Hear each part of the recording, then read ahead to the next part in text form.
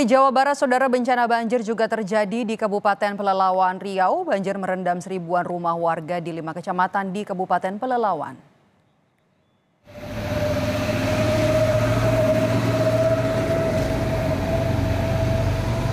Ketinggian banjir saat ini makin bertambah disebabkan tingginya intensitas hujan serta dibukanya pintu air PLTA Koto Panjang. Tidak hanya permukiman warga, banjir juga merendam jalan lintas timur Sumatera. Banjir merendam 1.749 rumah warga di 5 kecamatan di Kabupaten Pelalawan. Banjir juga merendam ruas jalan lintas timur sepanjang 12 km dengan ketinggian air berkisar 50 hingga 130 cm.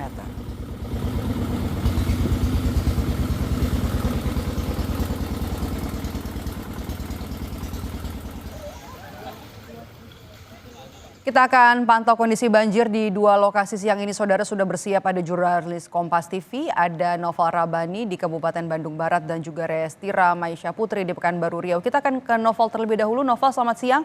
Apakah siang hari ini banjir yang ada di belakang Anda sudah semakin surut atau menjadi lebih tinggi siang ini? Baik, Maedok dan juga saudara, bahwa memang benar banjir imbas dari luapan Sungai Citarum dan jebolnya tanggul Cikapundung menyebabkan ribuan rumah di wilayah Kabupaten Bandung atau tepatnya di Kecamatan Dayakolot terendam.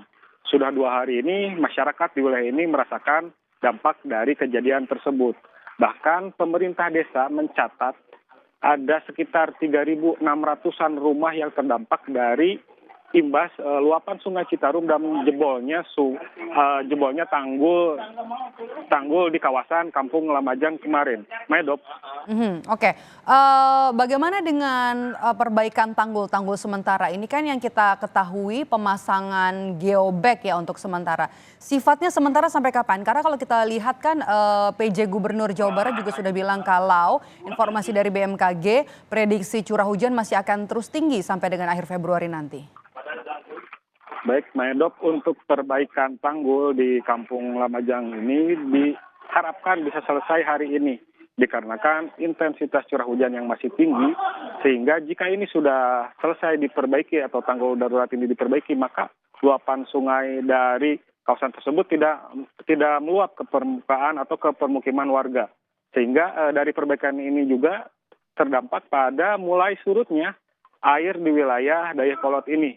Kemarin di titik ini mencapai 2 meter, saat ini tertinggi hanya menyisakan 170 cm saja. Maedop. Meskipun masih cukup tinggi ya 1,7 meter, tapi ini sudah bisa dibilang turun ya. Kalau untuk kondisi pengungsi di lokasi Anda melaporkan saat ini berapa banyak dan kemudian juga apa yang paling mereka butuhkan saat ini, Noval?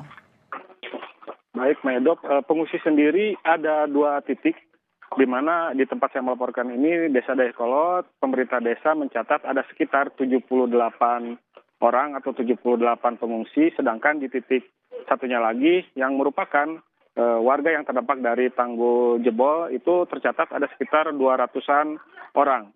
Sementara kenapa di wilayah Dayakolot ini lebih sedikit pengungsinya, dikarenakan warga di sini mempunyai rumah yang bertingkat atau mempunyai lantai 2, sehingga jika ada luapan dari Sungai Citarum meluap, maka mereka akan menyelamatkan diri ke lantai 2-nya. Sedangkan untuk kebutuhannya sendiri, warga pengungsi berharap adanya bantuan seperti makanan dan juga pakaian, terutama makanan bagi bayi seperti susu bayi dan juga popok. Medok.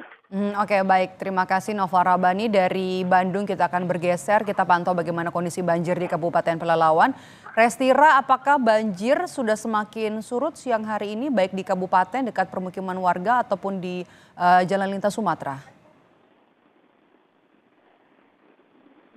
Terakhir hingga hari ini Kabupaten Pelalawan masih terus terendam oleh banjir dan belum mengalami surut gitu. Sehingga pada saat ini banjir mencapai ketinggian 30 hingga 150 cm yang mana sudah merendam sebanyak 1.749 rumah warga di 5 kecamatan yang ada di Kabupaten Pelalawan. Hal ini tentunya menghambat aktivitas warga sekitar untuk melakukan aktivitas di luar rumah, dan juga tentunya pihak kepolisian beserta pemerintah daerah setempat sudah melakukan patroli dan juga evakuasi warga-warga yang masih terjebak di dalam rumah yang terendam banjir. Adapun upaya yang saat ini sudah dilakukan oleh pihak kepolisian dan juga pemerintah setempat, yakni mendirikan posko darurat dan juga dapur darurat untuk membantu masyarakat. Selain itu, pihak kepolisian juga mengirimkan bantuan berupa beras, gula, dan juga minyak, yakni sembako-sembako yang diharapkan dapat membantu warga. Selain itu, selain menghambat aktivitas, tentunya jalur lintas timur di Kabupaten Pelalawan juga terhambat akibat tingginya intensitas air, yakni terjadi kemacetan dan juga ada beberapa truk dan bis yang mogok, mati mesin, dan juga terperosok akibat ada beberapa lubang di sana. Meski demikian, polisi sudah menghimbau masyarakat untuk tidak dulu melewati jalur lintas timur dikarenakan dikhawatirkan akan terjebak di banjir begitu. Namun masih ada beberapa pengendara, oknum-oknum pengendara nakal yang masih melewati lokasi tersebut sehingga harus dievaluasi. Oke. Artinya banjir hingga siang hari ini masih cukup tinggi ya. Bagaimana dengan penyaluran bantuan, Restira, untuk warga yang terdampak? Iya, penyaluran yang diserahkan oleh pihak kepolisian menggunakan kapal mesin, perahu mesin Maidok, di mana waktu tempuhnya itu selama 1 jam, dan juga bantuan-bantuan yang disalurkan seperti beras, kemudian minyak goreng, dan juga gula untuk memenuhi kebutuhan warga yang terdampak banjir, Maidok. Oke, baik. Terima kasih jurnalis Kompas TV ada Restira Maisha Putri dari Pekanbaru Riau, dan sebelumnya ada Noval Rabani di Kabupaten Bandung Barat, Jawa Barat. Terima kasih kawan-kawan, selamat bertugas kembali.